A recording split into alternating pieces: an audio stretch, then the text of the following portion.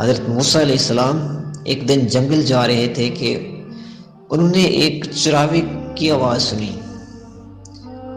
وہ اونچی اونچی کہہ رہا تھا، اے میرے جان سے پیارے خدا، تو کہاں ہے؟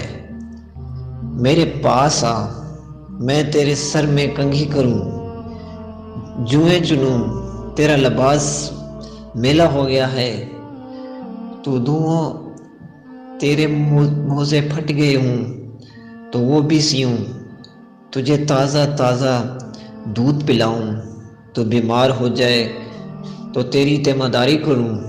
اگر مجھے معلوم ہو کہ تیرا گھر کہاں ہے تو تمہارے لیے روز گھی اور دودھ لایا کروں، میری سب بکریاں تم پر قربان، اب تو آ جا۔ حضرت موسیٰ علیہ السلام اس کے قریب گئے اور کہنے لگے، ارے احمق، تو یہ باتیں کس سے کر رہا ہے؟ چراوی نے جواب دیا، اس سے کر رہا ہوں جس نے تجھے اور مجھے پیدا کیا، یہ زمین آسمان بنائے۔ یہ سن کر حضرت موسیٰ علیہ السلام نے غضبناک ہو کر کہا، ارے بدبخت، تو اس بیہودہ بکواس سے کہیں کا نہیں رہا، بجائے مومن کے تو کافر ہو گیا۔ خبردار، ایسے بے معنی اور فضول بکواس بند کر، تیرے اس کفر کی بدبو ساری دنیا میں پھیل گئی۔ اے بے وقوف، یہ دودھ لسی ہم مخلوق کے لیے ہے، کیڑوں کے محتاج ہم ہیں، کپڑوں کے محتاج ہم ہیں، حق تعالیٰ ان حاجتوں سے بے نیاز ہے، نہ وہ بیمار پڑتا ہے، نہ اسے تیمارداری کی ضرورت ہے، نہ اس کا کوئی رشتہ دار ہے۔ توبہ کر اور اس سے ڈر۔ حضرت موسیٰ علیہ السلام کے غیظ و غضب میں بھرے ہوئے یہ الفاظ سن کر چراوے کے استون خطا ہو گئے اور وہ خوف سے تھر تھر کانپنے لگا، چہرہ زرد پڑ گیا اور بولا، اے خدا کے جلیل القدر نبی، تو نے ایسی بات کہی کہ میرا منہ ہمیشہ کے لیے بند ہو گیا، اور میرے ندامت کہ میری جان ہلاکت میں پڑ گئی۔ یہ کہتے ہی چراوے نے سردہ آہ کھینچی، اپنا گریبان تار تار کیا اور دیوانوں کی طرح اپنے سر خاک اڑتا ہوا غائب ہو گیا۔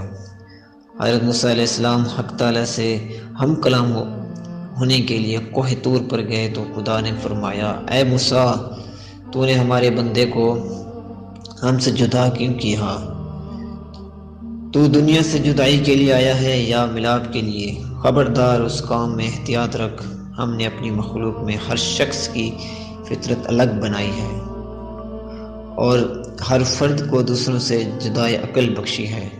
جو بات ایک کے حق میں اچھی ہے وہ دوسرے کے لیے بری ہے، ایک کے حق میں تریاق کا اثر رکھتی ہے اور وہی دوسرے کے لیے زہر ہے، ایک کے حق میں نور اور دوسرے کے حق میں نار۔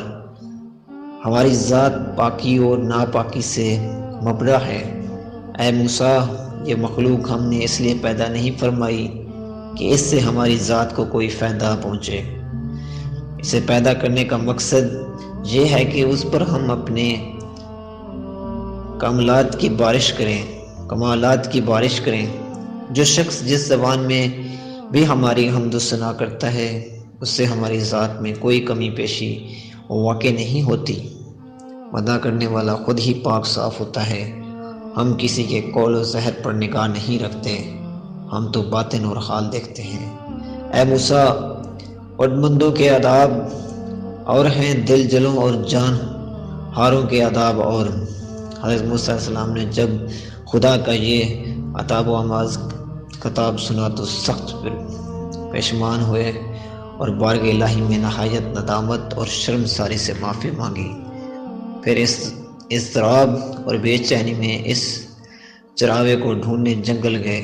صحرا و بیان کی خاک چھان ماری پر چراوے کا کہیں پتہ نہ چلا۔ اس قدر چلے کہ پیروں میں چھالے پڑ گئے، لیکن تلاش جاری رکھی، آخر آپ اسے پا لینے میں کامیاب ہوئے۔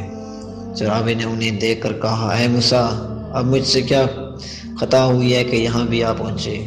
حضرت موسیٰ نے جواب دیا، اے چراوے، میں تجھے مبارک دینے آیا ہوں، تجھے حق تعالیٰ نے اپنا بندہ فرمایا اور اجازت عطا کی کہ جو تیرے جی میں آئے بلا تکلف کہا کر۔ تجھے کسی ادب و آداب قاعدے ضابطے کی ضرورت نہیں، تیرا کفر اصل دین ہے اور دین نور جہاں۔ یہ ہمارے پاس تھی آج کی ویڈیو۔ اگر ویڈیو اچھی لگی ہے تو لائک ضرور کر دیں، چینل پر نیو ہے تو چینل کو سبسکرائب بھی کر دیں۔ اگلی ویڈیو تک کے لیے اللہ حافظ۔